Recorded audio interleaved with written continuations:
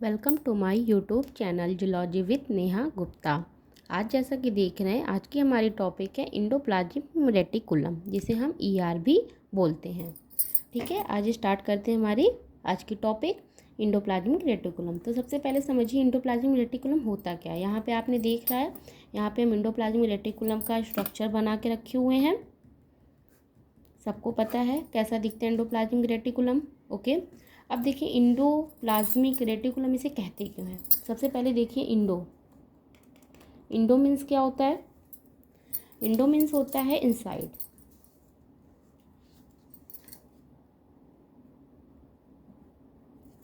Plasmic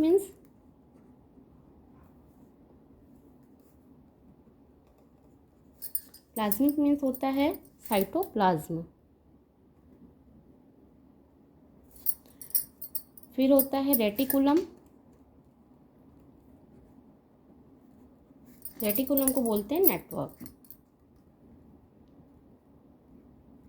जैसा कि आपको समझ में आ रहा है, Indo means inside, plasmic means cytoplasm और रेटिकुलम मीन्स नेटवर्क। तो इसका मतलब क्या हुआ, a network inside the cytoplasm. Cytoplasm के अंदर जो नेटवर्क होते हैं उसे ही हम क्या कहते हैं, इंडोप्लाज्मिक रेटिकुलम। ठीक है, तो अब इसका देखते हैं क्या हम वन लाइनर में किसे हम कैसे डिनोट कर सकते हैं ईआर को। ER network of flattened sacs and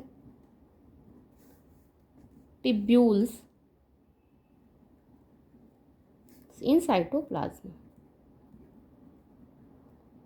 कह सकते हैं कि ईआर जो नेटवर्क है वो flattened and tubules, flattened sex और ट्यूब्यूल्स का क्या है, हमारा नेटवर्क है हमारे साइटोप्लाज्म के अंदर। आप देखते हैं सेल के अंदर बहुत सारे ऑर्गेनल्स होते हैं। जैसे हमारी बॉडी है वो क्या है, उसके अंदर भी बहुत सारे ऑर्गेनल्स हैं, इंटरनल और एक्सटर्नल। उसी तरह से जो सेल होती है उसके अंदर भी बहुत सारे होते हैं, जैसे न्यूक्लियस है, राइबोसोम्स हैं, इंडोप्लाज्मिक रेटिकुलम्स है, गोल्जी बॉडीज़ है, माइटोकॉन्ड्रिया। उसी तरीके से इंडोप्लाज्मिक में है इसमें इस तरीके से। तो इंडोप्लाज्मिक का जो कहाँ से कहाँ तक होता है ये आपको पहले समझने की ज़रूरत है। तो सबसे पहले साइटोप्लाज्म क्या होते हैं, जो हमारे सेल के अंदर होते हैं, और न्यूक्लियोप्लाज्म जो हमारे न्यूक्लियस के अंदर होते हैं उसे न्यूक्लियोप्लाज्म कहते हैं। तो इतना तो समझ में आता ही है आपको। आपने नहीं देखा है तो हमारी पिछली वीडियो में भी देखिए, उसमें एक एक ऑर्गेनल्स के बारे में बताया गया है। आज हम इंडोप्लाज्मिक रेटिकुलम के बारे में बता रहे हैं। तो जो इंडोप्लाज्मिक रेटिकुलम का जो विस्तार होता है वो कहाँ से कहाँ तक होता है, पेरीन्यूक्लियर स्पेस से लेके कहाँ तक होता है, जो प्लाज्मा मेम्ब्रेन होते हैं, प्लाज्मा मेम्ब्रेन तक ये होता है। सेल मेम्ब्रेन, प्लाज्मा मेम्ब्रेन से लेके सेल मेम्ब्रेन तक का इसका विस्तार होता है। प्लाज्मा मेम्ब्रेन में क्या होता है, ये स्टार्ट होता है पेरी न्यूक्लियर स्पेस से और एंड लगभग कहाँ कहाँ तक ये जाता है, हमारे सेल मेम्ब्रेन तक। तो आपको ये समझ में आया। इसमें क्या हो रहा है कि तीन तरह के आप देख सकते होंगे एटोप्लाज्मिक रेटिकुलम में। ये क्या है, रफ ईआर है, ये स्मूथ ईआर है, और ये वेसिकल्स है। इन दोनों के बीच की जो स्पेस होती है उसे हम ल्यूमेन या सिस्टर्नल स्पेस कहते हैं, और जो फ्लैटेन सेक बना रहे इसे हम सिस्टर्नी कहते हैं। और ये न्यूक्लियस है, न्यूक्लियस का जो आउटर मेम्ब्रेन होता है जिसे हम क्या कहते हैं, पेरी न्यूक्लियर स्पेस। ये पेरी न्यूक्लियर स्पेस से ही अटैच्ड होके ये पूरे सेल में क्या होते हैं, स्प्रेड होते हैं, और इनका जो विस्तार होता है लगभग कहाँ तक होता है, सेल मेम्ब्रेन तक होता है। ठीक है, मतलब सेल मेम्ब्रेन से लेके प्लाज्मा मेम्ब्रेन तक का इनका जो विस्तार होता है ये होता है। तो अब आगे हम पढ़ते हैं कि ये 2 टाइप्स के होते हैं। सबसे पहले कौन कौन से टाइप्स होते हैं इनके।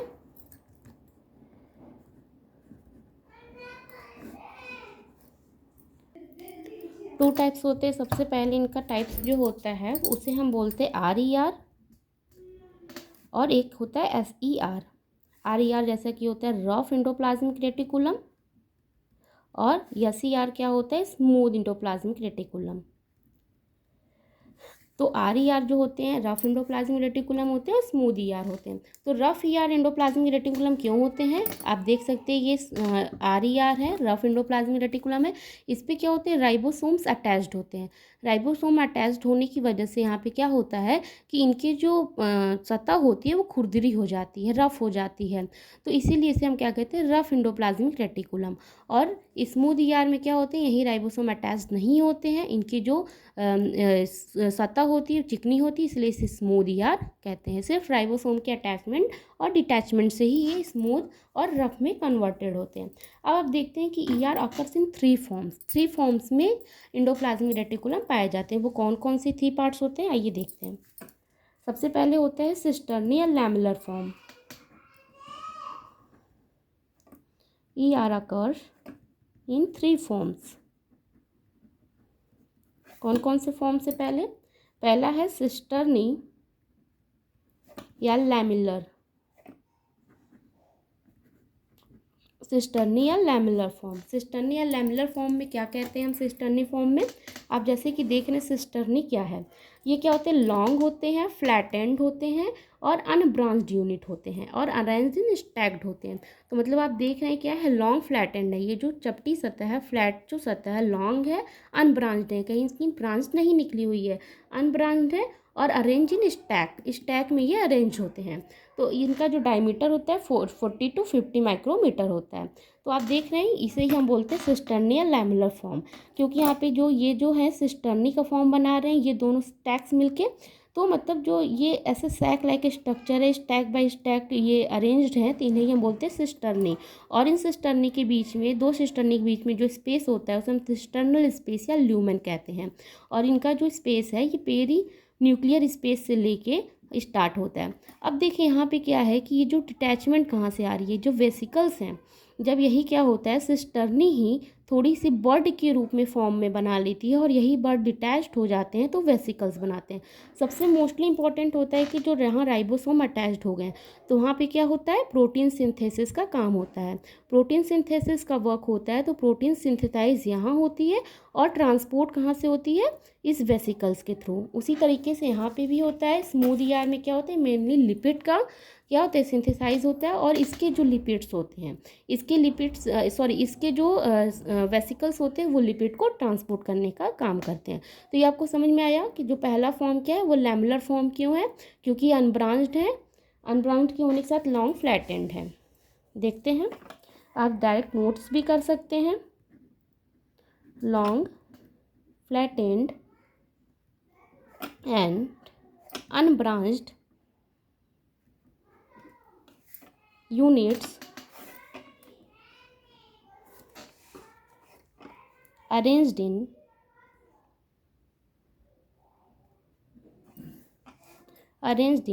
stacks। इनका जो डायमीटर होता है कितना होता है, 40 to 50 माइक्रोमीटर तक होता है, माइक्रोमीटर तक। अब देखिए दूसरा कौन सा है, दूसरा है हमारा वेसिकल्स या वेसिकुलर फॉर्म। वेसिकल्स या वेसिकुलर फॉर्म। अब वेसिकल या वेसिकुलर फॉर्म क्या होते हैं, ये क्या होते हैं, ओवल मेम्ब्रेन बाउंडेड स्ट्रक्चर होते हैं। ये क्या होते हैं, ओवल मेम्ब्रेन बाउंडेड स्ट्रक्चर होते हैं। इनका जो डायमीटर होता है, इनका डायमीटर कितना होता है, 25 to 500 माइक्रोमीटर तक होता है इनका डायमीटर।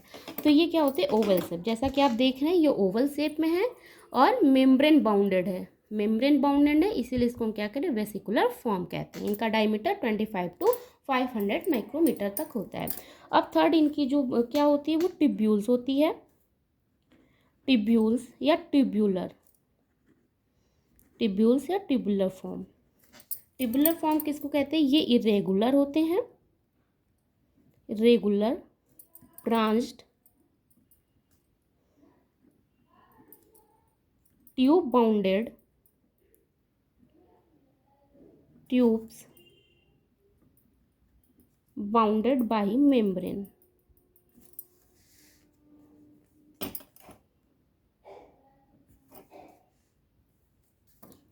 इनका जो डायमीटर होता है वो होता है 50 to 119 माइक्रोमीटर तक। आप समझ गए कि ट्यूब्यूल्स फॉर्म किसके बारे में बता रहा है, ये है हमारे ट्यूब्यूलर फॉर्म एंडोप्लाज्मिक रेटिकुलम में। ये क्या बता रहे हैं कि इरेगुलर होते हैं, ब्रांच्ड होते हैं और ट्यूब्स बाउंडेड बाय मेम्ब्रेन, इनके जो ट्यूब्स होते हैं वो बाउंडेड होते हैं मेम्ब्रेन से। तो इनरेगुलर है और ब्रांच्ड है। तो आपको समझ में आया 3 फॉर्म। पहला है सिस्टर्नी, ठीक है, सिस्टर्नी या सिस्टर्नल फॉर्म। फिर सेकंड है lamellar vesicle form. Sorry guys, 3 form होते हैं इसके, सिस्टर्नी या लैमेलर फॉर्म, वेसिकल या वेसिकुलर फॉर्म, ट्यूब्यूल्स या ट्यूबुलर फॉर्म। ये 3 फॉर्म पढ़ने के बाद, और 2 टाइप्स हैं इसके, स्मूथ ईआर और रफ ईआर। तो अब स्मूथ ईआर और रफ ईआर को हम डिटेल्स में पढ़ते हैं। सबसे पहले हम पढ़ते हैं RER के बारे में, जिसे हम कहते हैं रफ इंडोप्लाज्मिक रेटिकुलम। इसे ग्रैन्युलर इंडोप्लाज्मिक रेटिकुलम भी कहते हैं, ग्रैन्युलर इंडोप्लाज्मिक रेटिकुलम भी कहते हैं। ग्रैन्युलर क्यों कहते हैं आपको पता ही है, क्योंकि इस पे राइबोसोम अटैच्ड हो जाते हैं। तो इसमें सबसे पहले क्या होता है कि ribosome attached to in membrane by, किससे अटैच्ड होते हैं, राइबोफोरिन्स प्रोटीन से, राइबोफोरिन प्रोटीन से ये अटैच्ड होते हैं। तो सबसे पहले आपको रफ इंडोप्लाज्मिक रेटिकुलम के बारे में बता रहे हैं। तो इसमें क्या होते हैं, राइबोसोम अटैच्ड होते हैं मेम्ब्रेन से, किसके द्वारा, राइबोफोरिन प्रोटीन से। अब सेकंड हमारा आता है RER endoplasmic reticulum attached to nuclear envelope forms direct connection between perinuclear space and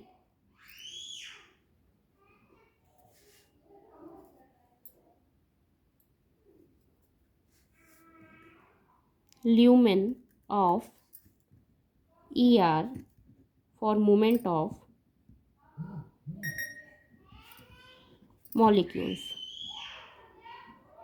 देखिए इसमें क्या बता रहा है कि rough ER attach to nuclear envelope. Nuclear envelope means जो उसके पेरीन्यूक्लियर स्पेस से, form direct connection between perinuclear space and lumen of endoplasmic reticulum for movement of molecules. इसमें ये बताने की कोशिश कर रहा है कि ये जो हमारे होते हैं, इसमें जो होता है डायरेक्ट कनेक्शन बनता है, इस पेरीन्यूक्लियर स्पेस और ल्यूमन के बीच में डायरेक्ट कनेक्शन बनता है, जिससे कि क्या होते हैं यहाँ पे मूवमेंट ऑफ मॉलिक्यूल्स के मूवमेंट्स होते हैं। क्या होता है यहाँ पे, जो mRNA होते हैं न्यूक्लियस में, वो mRNA क्या होते हैं, मूव करके इंडोप्लाज्मिक रेटिकुलम पे आते हैं। तो इंडोप्लाज्मिक रेटिकुलम पे क्या होता है, प्रोटीन का सिंथेसिस होता है, और यही प्रोटीन सिंथेसिस क्या होते हैं, जब ये डिटैच्ड होता है वेसिकल, तो ये प्रोटीन का क्या करता है, ट्रांसपोर्ट करता है। तो यहाँ पे यही चीज़ बताना चाह रहा है कि इनका जो डायरेक्ट कनेक्शन होता है पेरीन्यूक्लियर स्पेस से लेके ल्यूमन के बीच में, जिससे कि जो मॉलिक्यूल्स हैं वो फ्रीली मूवमेंट कर पाते हैं।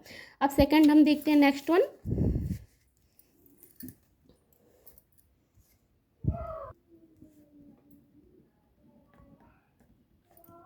इम्पॉर्टेंट इन सिंथेसिस, पैकेजिंग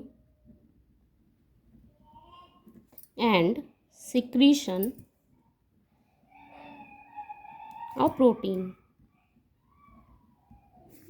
तो ये क्या क्या होते हैं, इंपॉर्टेंस इनका जो रफ ER का क्या होता है, सिंथेसिस में होता है, पैकेजिंग में होता है, और सिक्रीशन ऑफ प्रोटीन में होता है।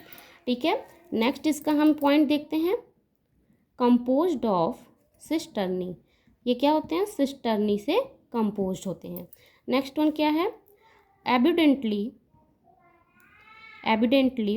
Found in liver cell, pancreas,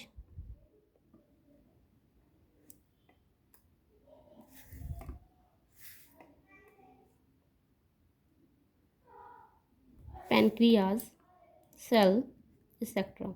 मतलब जहाँ पे प्रोटीन की सिंथेसिस या प्रोटीन की ज़रूरत ज़्यादा होती है वहीं पे ये पाया जाती है, जैसे कि लीवर सेल, पैनक्रियाज सेल, वहाँ पर। अब हम आते हैं स्मूथ ER के बारे में पढ़ते हैं, SER के बारे में पढ़ते हैं। इन्हें हम और भी क्या कह सकते हैं, ए ग्रैन्युलर क्योंकि स्मूथ है, इस पर कोई भी राइबोसोम अटैच्ड नहीं होते हैं। ए ग्रैन्युलर ER। ग्रैन्युलर ER का क्या होता है, यहाँ पे सबसे पहले क्या होता है कि राइबोसोम एब्सेंस होंगे।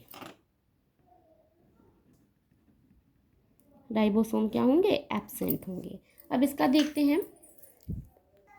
सबसे पहले पॉइंट इधर इसका होता है डिटॉक्सिफिकेशन हार्मफुल ड्रग्स। ये क्या करते हैं, डिटॉक्सिफिकेशन करते हैं हार्मफुल ड्रग्स का। अब क्या होते हैं, कंपोज्ड ऑफ टिब्यूल्स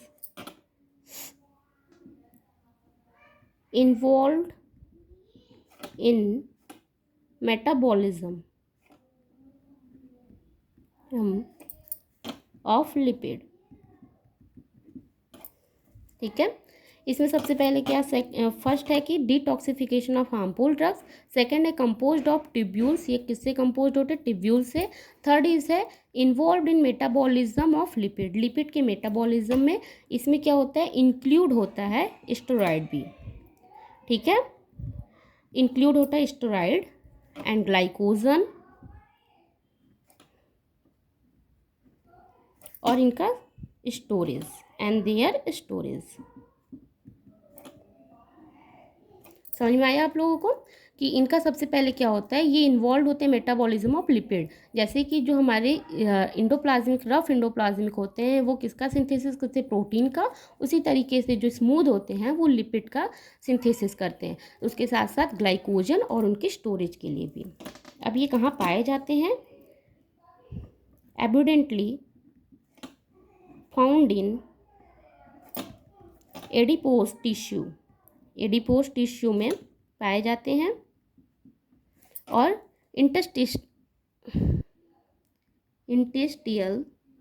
सेल्स में glycogen storing cell of liver, glycogen storing cell of liver and spermatocyte.